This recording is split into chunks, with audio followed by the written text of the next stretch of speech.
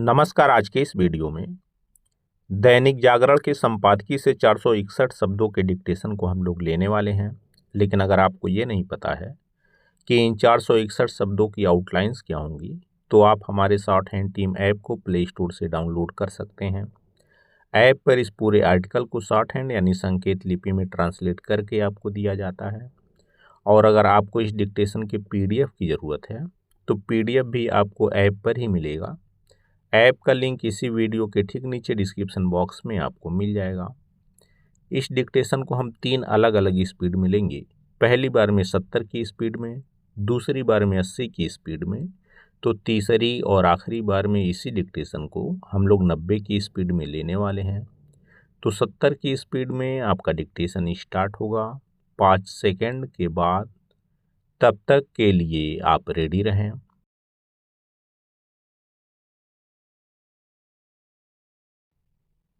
Start. Ayodhya के राम मंदिर में चढ़ावा चोरी के मामले की ओर ध्यान आकृष्ट करने के लिए गत दिवस संसद परिसर में जो कुछ किया गया वह केवल विपक्षी दलों की सतही सस्ती राजनीति का परिचायक ही नहीं, बल्कि संत समाज और साथ ही हिंदुओं की भावनाओं को आहत करने वाला भी है। जो हिंदू समाज चढ़ावा चोरी के मामले से पहले ही आहत है, उसे और उद्वेलित करने वाले ये वही लोग हैं जिन्होंने राम मंदिर बनाने का कभी स्वागत नहीं किया। कुछ ने तो उसके उद्घाटन में आमंत्रण को अस्वीकार करने का भी काम किया और उसे उचित भी ठहराया। अब वे ऐसा दिखा रहे हैं कि चढ़ावा चोरी की घटना से सबसे अधिक दुखी वही हैं।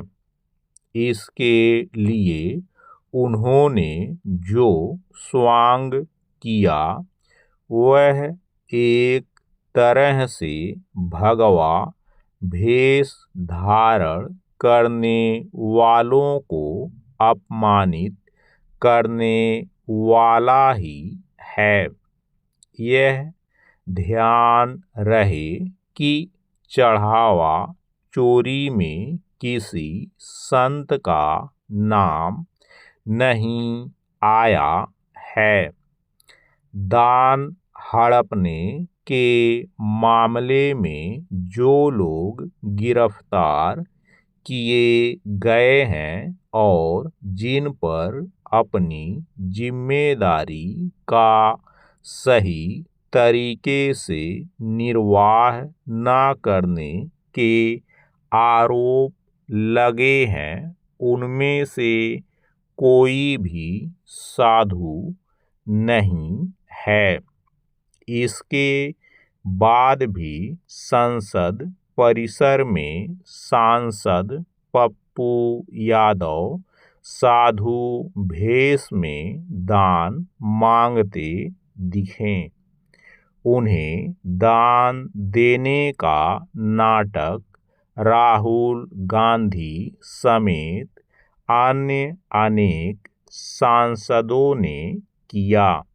इनमें मुख्यतः सपा सांसदों की भागीदारी रही। इसके बाद पप्पू यादव दान पात्र लेकर भागते दिखे। पैरा एक गंभीर मामले को फूहड़ तरीके से उठाना यही दिखाता है कि राम मंदिर में चढ़ावा चोरी पर विपक्ष का एकमात्र उद्देश्य तंज कसना और तमाशा खड़ा करना है। इस कोशिश में वह यह देखने को भी तैयार नहीं कि आखिर संत समाज और भगवा को अपमानित करके उसे क्या हासिल होने वाला है। ऐसा काम वही कर सकता है जो चढ़ावा चोरी के मामले से सही तरह परिचित ना हो या फिर जिसका उद्देश्य नारेबाजी की राजनीति करना अथवा संत समाज को अपमानित करना हो। इससे बड़ी विडंबना और कोई नहीं कि साधु बनने का स्वांग उन पप्पू यादव ने रचा जो केवल दागी छवि वाले सांसद ही नहीं हैं बल्कि उन पर हत्या के प्रयास, अवैध कब्जे करने, रंगदारी मांगने समेत करीब 40 मामले दर्ज हैं। इन मामलों का उल्लेख स्वयं उन्होंने पिछले लोकसभा चुनाव में अपने शपथ पत्र में किया था। राम मंदिर में चढ़ावा चोरी के मामले में विपक्ष ने केंद्र सरकार और विशेष रूप से गृह मंत्री अमित शाह को भी कटघरे में खड़ा करने की कोशिश की। आखिर उनका इस मामले से क्या लेना देना? क्या वे देश में हर कहीं चोरी गबन के लिए जिम्मेदार होंगे? स्पष्ट है कि विपक्ष चढ़ावा चोरी प्रकरण का इस्तेमाल केवल राजनीतिक रोटियां सेंकने के लिए कर रहा है। इसमें कोई रोक नहीं, लेकिन किसी मुद्दे को भोंडे ढंग से उठाना ऐसा करने वाले की नीयत पर सवाल उठाता है। स्टॉप।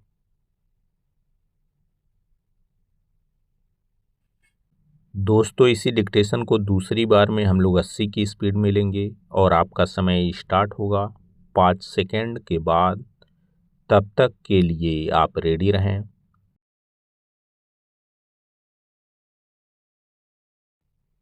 स्टार्ट। अयोध्या के राम मंदिर में चढ़ावा चोरी के मामले की ओर ध्यान आकृष्ट करने के लिए गत दिवस संसद परिसर में जो कुछ किया गया वह केवल विपक्षी दलों की सतही सस्ती राजनीति का परिचायक ही नहीं बल्कि संत समाज और साथ ही हिंदुओं की भावनाओं को आहत करने वाला भी है। जो हिंदू समाज चढ़ावा चोरी के मामले से पहले ही आहत है उसे और उद्वेलित करने वाले ये वही लोग हैं जिन्होंने राम मंदिर बनाने का कभी स्वागत नहीं किया। कुछ ने तो उसके उद्घाटन में आमंत्रण को अस्वीकार करने का भी काम किया और उसे उचित भी ठहराया। अब वे ऐसा दिखा रहे हैं कि चढ़ावा चोरी की घटना से सबसे अधिक दुखी वही हैं। इसके लिए उन्होंने जो स्वांग किया वह एक तरह से भगवा भेष धारण करने वालों को अपमानित करने वाला ही है। यह ध्यान रहे कि चढ़ावा चोरी में किसी संत का नाम नहीं आया है। दान हड़पने के मामले में जो लोग गिरफ्तार किए गए हैं और जिन पर अपनी जिम्मेदारी का सही तरीके से निर्वाह न करने के आरोप लगे हैं उनमें से कोई भी साधु नहीं है। इसके बाद भी संसद परिसर में सांसद पप्पू यादव साधु भेष में दान मांगते दिखे। उन्हें दान देने का नाटक राहुल गांधी समेत अन्य अनेक सांसदों ने किया। इनमें मुख्यतः सपा सांसदों की भागीदारी रही। इसके बाद पप्पू यादव दान पात्र लेकर भागते दिखे। पैरा एक गंभीर मामले को फूहड़ तरीके से उठाना यही दिखाता है कि राम मंदिर में चढ़ावा चोरी पर विपक्ष का एकमात्र उद्देश्य तंज कसना और तमाशा खड़ा करना है। इस कोशिश में वह यह देखने को भी तैयार नहीं कि आखिर संत समाज और भगवा को अपमानित करके उसे क्या हासिल होने वाला है।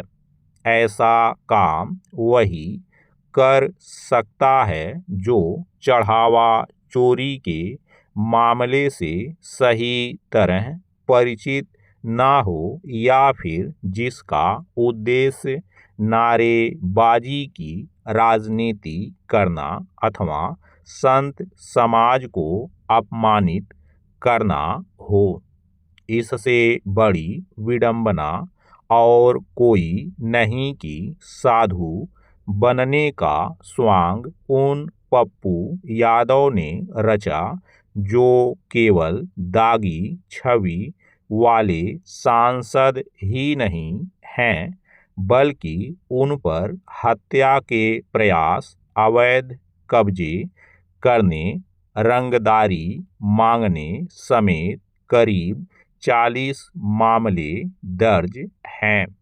इन मामलों का उल्लेख स्वयं उन्होंने पिछले लोकसभा चुनाव में अपने शपथ पत्र में किया था। राम मंदिर में चढ़ावा चोरी के मामले में विपक्ष ने केंद्र सरकार और विशेष रूप से गृह मंत्री अमित शाह को भी कटघरे में खड़ा करने की कोशिश की। आखिर उनका इस मामले से क्या लेना देना? क्या वे देश में हर कहीं चोरी गबन के लिए जिम्मेदार होंगे? स्पष्ट है कि विपक्ष चढ़ावा चोरी प्रकरण का इस्तेमाल केवल राजनीतिक रोटियां सेंकने के लिए कर रहा है। इसमें कोई रोक नहीं, लेकिन किसी मुद्दे को भोंडे ढंग से उठाना ऐसा करने वाले की नीयत पर सवाल उठाता है। स्टॉप। दोस्तों, इसी डिक्टेशन को तीसरी और आखिरी बार में हम लोग 90 की स्पीड में लेंगे और आपका समय स्टार्ट होगा 5 सेकंड के बाद। तब तक के लिए आप रेडी रहें।